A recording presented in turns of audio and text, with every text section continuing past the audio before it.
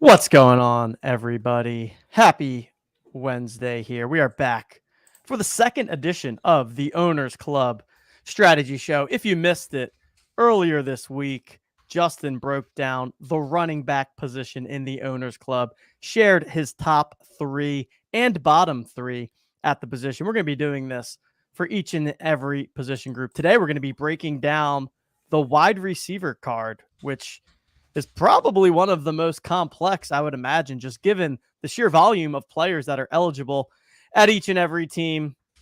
Of course, we cannot break down this type of ranking without the fantasy football guru himself, the commissioner of the Owners Club, Mr. Justin Herzig. Justin, how we doing?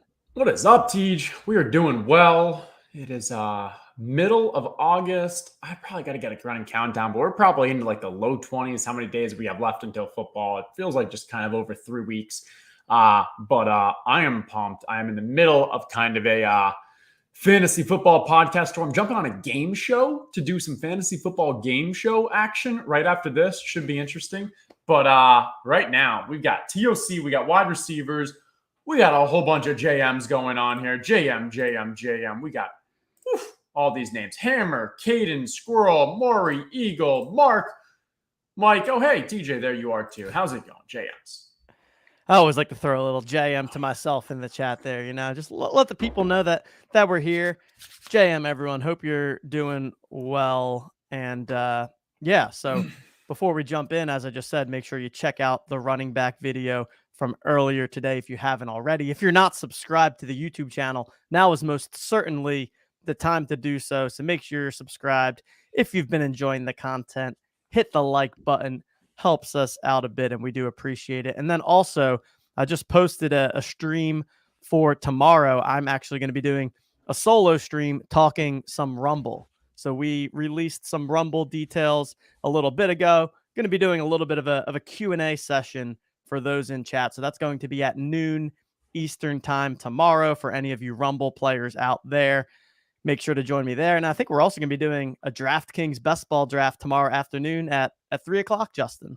Yep, that's right. Yeah, I'll have my ETR one in between where we'll do underdog. And then at 3, shortly after, I'll hop back on with you and we'll do a little DraftKings best ball draft. Absolutely love it. Yeah. Excited to just be continuing on our partnership with DraftKings.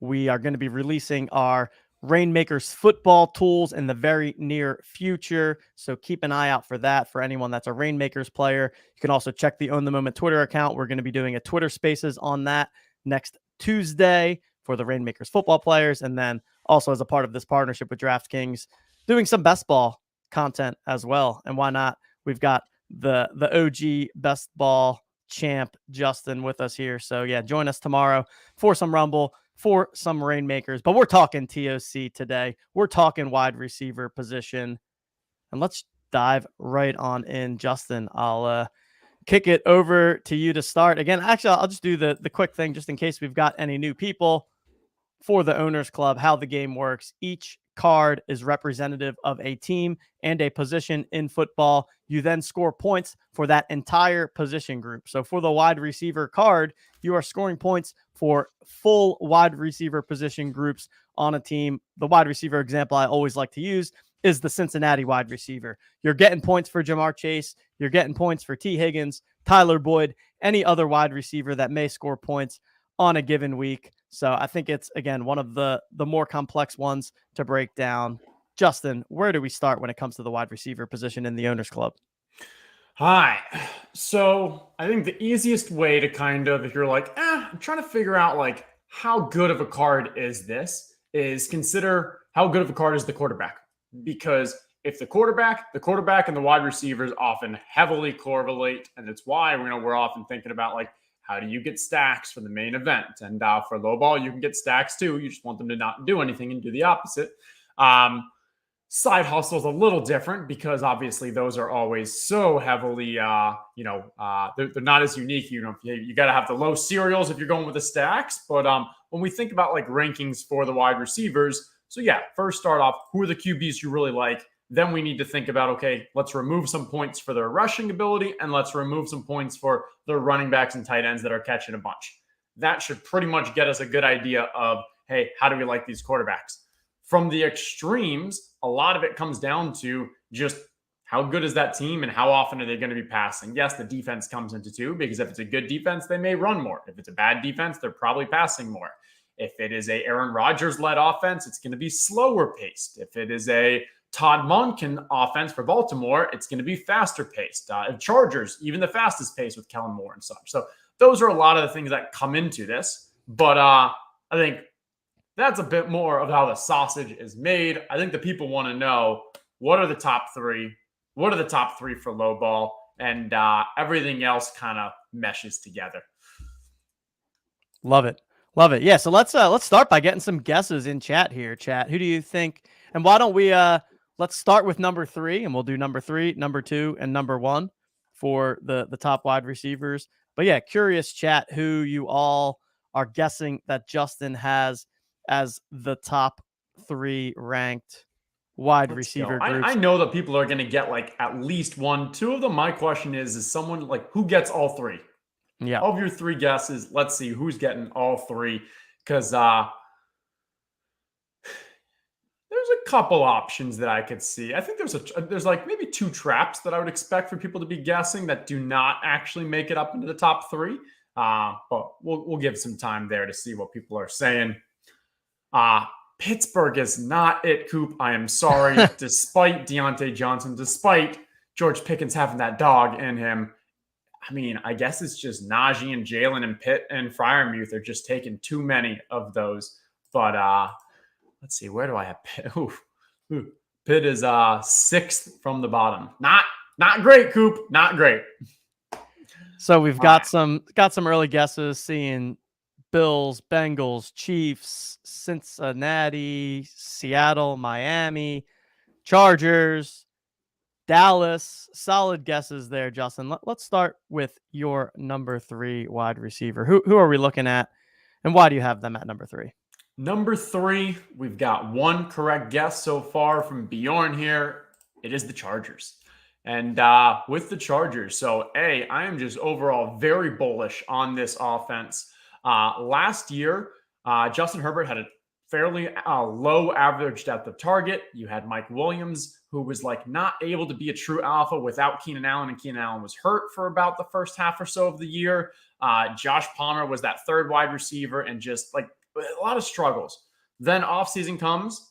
We've got a healthy Mike Williams and Keenan Allen to start the year. Used a 1st-round draft pick on Quentin Johnston, and brought in Kellen Moore to be the new offensive coordinator for a team that already ran more offensive snaps than any other team by, I think, 2.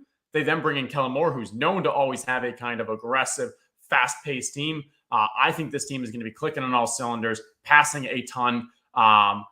Only reason they're not higher is probably because Austin Eckler's catching a bunch of balls, and they still have Gerald Everett, maybe a little Donald Parham too, stealing from some of those wide receivers. But number 3, the Thunder Horsies, the Chargers, coming in strong. Yeah, that makes a ton of sense. Actually, last night on I was doing the poker stream, and I got eliminated twice early. I multi-counted and cheated and still got out twice in the first hour. But I didn't want to let the stream die yet, so I jumped into a weekly winners draft. Stogie was in there with me as well, and I ended up with a full Chargers onslaught. So I'm glad to hear that you're bullish on the Chargers, because I think I ended up with, I got Herbert, I got Eckler, I got Keenan Allen, I got Quentin Johnston, and I think I added Everett as well, which that's a whole nother thing as to whether or not I should be mega stacking that much in weekly winners. Looks like not. Good to know. Not GTO strategy right there, but there we go. Thunder Horsies, aka Chargers, coming in at number 3. For like a BBM, for a DraftKings, for like a more traditional style, you want to bet on that offense, I think that's perfectly fine. But you're limiting your upside in a game where you need to beat out 260,000 other entries. And but doesn't it give you more? Not to me try to get into a deep strategy. Too much draft capital at the top of the draft, because that's like you probably spent. I see. 3 or 4 of your first. So it's not so much about adding like an Everett or a Quentin Johnston. It's more like all the top capital being allocated to one team. Yeah, even Eckler and Herbert is tough to be ideal, but it's possible. But then if you throw in either Mike Williams or Keenan, like now it's probably not the right play. There we go. We're not only getting TOC Alpha on this stream, but it's hard to have a stream with Justin without at least one or two best ball comments coming into play. But there, run the damn ball. He's got the coffee cup and everything ready to go. All right, everyone. Let's get into the top two here. So who do we have as number 2 wide receiver? Number 2, top wide receiver core as a team. This is an interesting one, but they only have it as highly concentrated, really only 2 wide receivers there, but these 2 wide receivers suck up so much target volume, both of them over 20, maybe over 25% this year. That is the Miami Dolphins. Miami, yes. Miami Dolphins. I was curious where you were going to have them because it's obvious when you look at just the top 2. I think it's pretty obvious that it's them, but I was curious if the lack of depth impacted them at all. But yeah, lots of chat all over it here with the Miami pick. Yeah, I mean, it's just such an explosive offense. They're like Hayden Winks did a podcast with Leone where Hayden thinks that maybe defenses are going to wise up in a little to just how to kind of defend against the Dolphins. Maybe the Dolphins end up being a little more run heavy, like a more Shanahan style offense. But if you just look at the numbers, if we just kind of project the most likely outcome, Tyreek and Waddle are just both so explosive. Tua is a great kind of style quarterback for them where extremely accurate. You're not asking him to do too much, but we know how fast Tyreek is. If you didn't have Tyreek in the field, Jalen Waddle would still be the fastest guy on that field. Like Jalen Waddle is still extremely fast. I think he ran a 4.4 something 40-yard dash. And so those 2 together are just going to be carrying that team. The problem is if one of those 2 goes down, this team takes a major hit from a passing game. While maybe some other teams like, let's go with Cleveland. If Cleveland, you've got Amari Cooper, you've got Donovan Peoples-Jones, you got Elijah Moore, you got Cedric Tillman. If one of those guys went down, you probably don't take the biggest hit. Here, you lose Tyreek, you lose Tua, and that card is probably just a middle-of-the-road card. Yep. Yeah, it makes a ton of sense. Just too much upside to ignore when you've got Tyreek Hill, when you've got Jalen Waddle. Also, shout out to Hugo in the chat here. First time here. So welcome. We are talking about the Owners Club. If you are not familiar, it is our fantasy football game where you collect digital trading cards and use those to compete in weekly contests. You can check out the link in here to check out the Owners Club website. Also, make sure you subscribe to the YouTube channel. We've got a ton of content coming over the next couple of weeks heading into the football season. And you can also join our Discord if you're a Discord fan, because we've got lots of strategy discussion going on there pretty much 24 hours a day. Welcome. Always love when we see new people finding our content and exploring the games. All right, Justin, we've broken down number 2 and number 3, but everybody wants to know who is number 1. I'm curious if it's the example I like to use in the Cincinnati wide receivers. That's probably my guess, but let's see if I'm correct or not. Number 1 is quite close to home for me. It is Tampa. No, it's not. No, it's not. Maybe once upon a time. It is Cincinnati. And you've just got, and if you look at from a fantasy style, from where they're being drafted, you've got Tyreek in the middle of the first, you've got Waddle in the middle of the second, and then you've got no one else there. For Cincy, you've got Jamar Chase second overall. You've got Higgins at 24. And then you've got Boyd still at 110. And you actually have a couple other, peripheral guys who actually might do a little there too. So Cincy, you've got Joe Burrow. You're going to be passing. They're probably going to be in, going against some tough competition out. When you've got Baltimore, Pittsburgh, Cleveland, those are strong offenses in that division too. So it wouldn't be shocking if a division that we're used to being a bit more kind of a, bully ball on the ground, physical, tough game. Those teams have kind of started being a bit more of a kind of in the air, especially Baltimore and Cleveland are going to take major steps forward this year in passing. So I could see some shootouts there. Cincy, wide receivers, number 1, Cardone. Yep. Not surprising, right? You have the consensus number 2 in Jamar Chase. That also helps, but it's actually a unique situation where I feel like even if Chase did go down, the Cincy wide receiver card would obviously take a major hit, but it would still be pretty solid, right? You've got T. Higgins, you've got Tyler Boyd, you've got Joe Burrow. You don't have much of a tight end presence. You don't really have, like, I feel like the running backs don't catch too many passes in that offense. So it's really concentrated to the air game, and you get access to the number 2 wide receiver in addition to Higgins, who's like another top, 12, 15 wide receiver, I feel like, on every draft board. So yeah, Cincy wide receiver, definitely one you want to be looking for as you open up these packs. Bjorn getting 2 for 2. Didn't try to guess the third. Mark, you're going 2 out of 3. Not too bad. Let's see what else. A lot of people got that Cincy one. Definitely Cincy. Now, as we move forward, let's get those guesses in for the bottom 3. Bottom 3 or the top 3 for Lowball, depending on how you look at it. But we're looking for which wide receivers are going to have the fewest scoring points throughout the season. This is interesting. I'll start off by saying this. The gap between the 10th team and the 31st team is equivalent to the gap between the 31st team and the 32nd team. Wow. So it sounds like there is one team out there that Justin has as just the absolute consensus worst wide receiver card. For those that are not familiar, the reason why we even care about the bottom 3 is because of the unique nature of the Owners Club game, because there is full position scoring. We are actually able to run a lowball contest every single week where there's a twist in that your goal is to score as few points as possible. So as you're opening these packs, there may be some cards that are bad cards that you get, but in actuality, they're going to be really good and productive cards for you because you can play them in the low ball, where each and every week you are striving to put together the 5-card lineup that scores the fewest amount of points. I see we've got some guesses here in chat. Justin, who is your third to last ranked wide receiver card in the Owners Club game? Third to last. It pains me to say this because I think, as a lot of you know, I am on Team AR, Team Anthony Richardson this year, but it is Indy. Couple correct guesses here for it, Indy.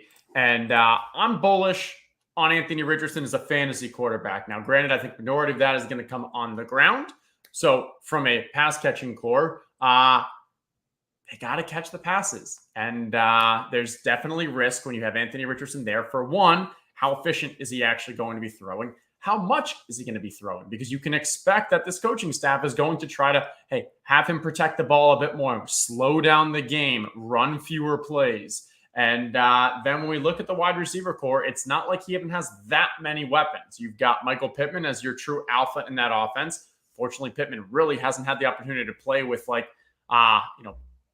us to see what his talent is, considering what last year you had Matt Bryant. We'll see this year with Anthony Richardson. Beyond him, looks like Josh Downs is running with the ones in the slot. And then you have Alec Pierce as a bit more of a kind of outside deep threat. And that's not going to really excite you when you've got a rookie quarterback who's already struggled with accuracy, wide receivers that aren't really going to provide him too much help from earning it themselves. It's just a bit tough to see this Indy offense being substantial. And I think from a low ball standpoint, we'll get a little excited because, it could be really bad. Like, even if Anthony Richardson, he's going to have some great fantasy games, but we're expecting he's also going to have some atrocious games. And in those, we just may not see much catching from any wide receivers. Yes, I am seeing this as well. And some Slack channels. Unfortunately, Traylon Burks looks to have had a knee injury. Laying on the ground, trainers looking, that is not good. If Traylon Burks actually is a very serious injury here, yes, they have DeAndre Hopkins, but I had Tennessee as the 10th worst. I don't know if they cracked the bottom 3, but it gets pretty close. Yikes. Oof.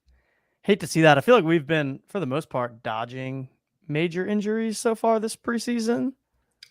Yeah, less notable from a fantasy. Training camp. Russell Gage went on the cart as well earlier today. So hopefully he is okay.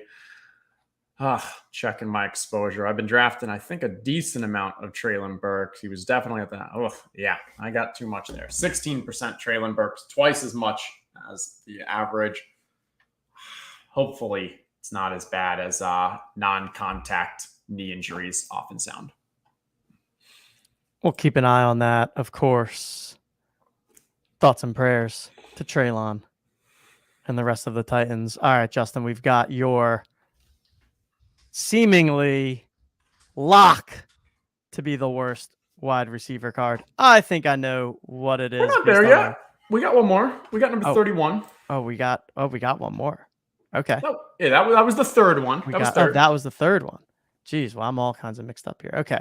Tennessee, we started talking about, got you distracted. A little crazy. Second to last. Second to last. Did not see anyone guess it correctly. I'm going to make a bet right now that TJ cannot name the starting quarterback week 1 for this team. Feels like probably a good bet. All right. Let's cheat and take a look here. Chat.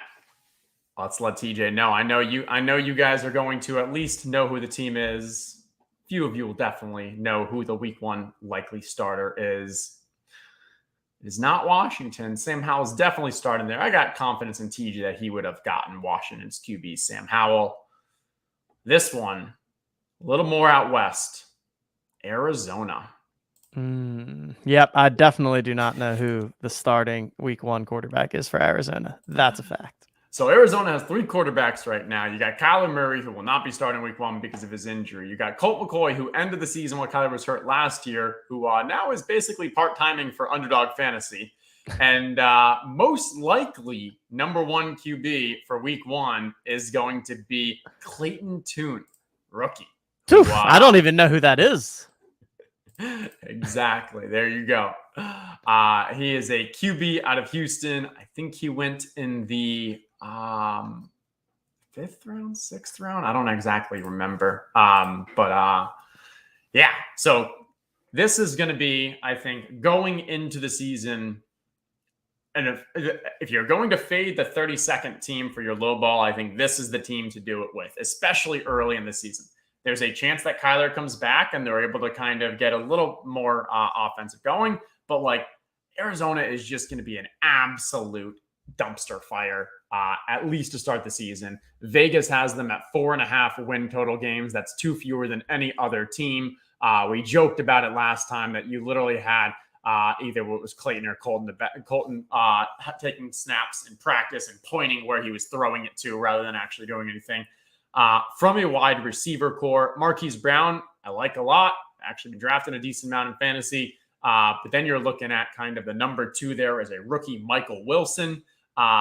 Slot is probably Rondale Moore, might be Greg Dortch. Like overall, an average to maybe slightly below average wide receiver group. But if you don't have someone who can actually get them the ball, and also that guy is behind one of the worst offensive lines, I'm just have no confidence in that team. So this is a card that honestly, in all parts, all positions, you could probably use the Arizona card for the low ball.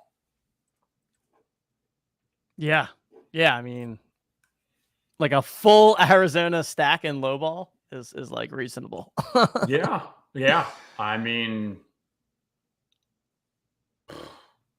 that's probably a decent low ball strategy. Tight ends one I probably wouldn't do. Because tight end, you've got Zach Ertz, who's likely going to be ready week 1 miraculously, and Trey McBride. So I could see like them putting together some points at least. Right. Not getting points for a reception, but maybe they put together like 50 yards. And for the tight end low ball, I mean, we've got like some other zeros are in play. Yeah, I would say. Yeah.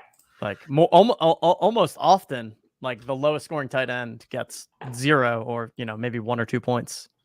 Yeah. I mean, if I'm looking at tight end right now, the lowest scoring one is projected for under 5 points a game. And that's projection. So then if you then think of range of outcomes, like, yeah, you could definitely have some 1-2 point like tight end games. Okay. Now the final one. I think everyone knows who this one should be. We've talked it up. They were in, I think, almost all the guesses that we saw. Mike's got it. Mark's got it. Giant Hammer has it. Winchester has it. It is Atlanta. And literally projected for 100 fewer fantasy points than the next wide receiver group. And what I can do is I'm gonna share my screen real quick. We've got a beat reporter who which you never really see this from a beat reporter, but a beat reporter actually trying to project what he thinks the target tree is going to be for that offense. Now, who knows how accurate this is? I think it's just interesting that beat reporter's doing it, but it at least gives us an idea of like what the wide receiver group is looking like. So you've got Drake London with 95 targets. Again, that's targets, not receptions. So that 95 targets maybe turns into about like 75 receptions or something. Next wide receiver on there is Matt Collins down here with 68. And then we're going down to like 30. Wow. It is going to be extremely slow. It's going to be Arthur Smith rushing the ball with Bijan, with Algier, with Cordero Patterson, a ton. This team does not want to throw. And as we mentioned, they have the second easiest schedule. So a lot of games they're not going to need to throw. They're going to be able to just kind of keep the ball. Even last year, there were games that Atlanta was down by 14 or 17 points. And they're like, we got this. We're just going to establish the run the damn ball. And I don't think that vision is going to change at all for this year. I'm expecting it to just be, so ugly, so ugly. Hey, if you got Drake London in fantasy, I think that's going to be a decent fantasy pick. If you have Atlanta in TOC, Atlanta wide receivers, you will be playing them in the low ball just about every week. It'll be interesting to see how much Atlanta wide receivers goes for on the market compared to like cards that you want for the main event, just because usually like low ball cards like don't have a premium, but like this card is such a more valuable low ball, especially if you can get like the low serials to go with it. I think it might be like an actually highly desirable card. There we have it. Atlanta coming in as the worst ranked wide receiver. And for those of you that caught our show earlier this week, they came in as the top ranked running back.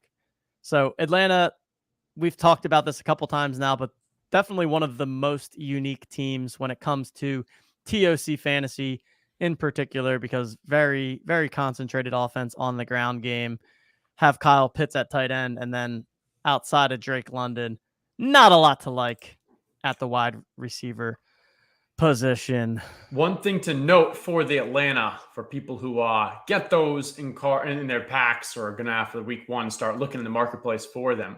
They have 0 Thursday night games, but they have one Sunday London game, either London or Germany. I guess we're not really sure. I don't have it on my screen right now, but that is week 4. They play Jacksonville at 9:30 a.m., probably in London, could be Germany.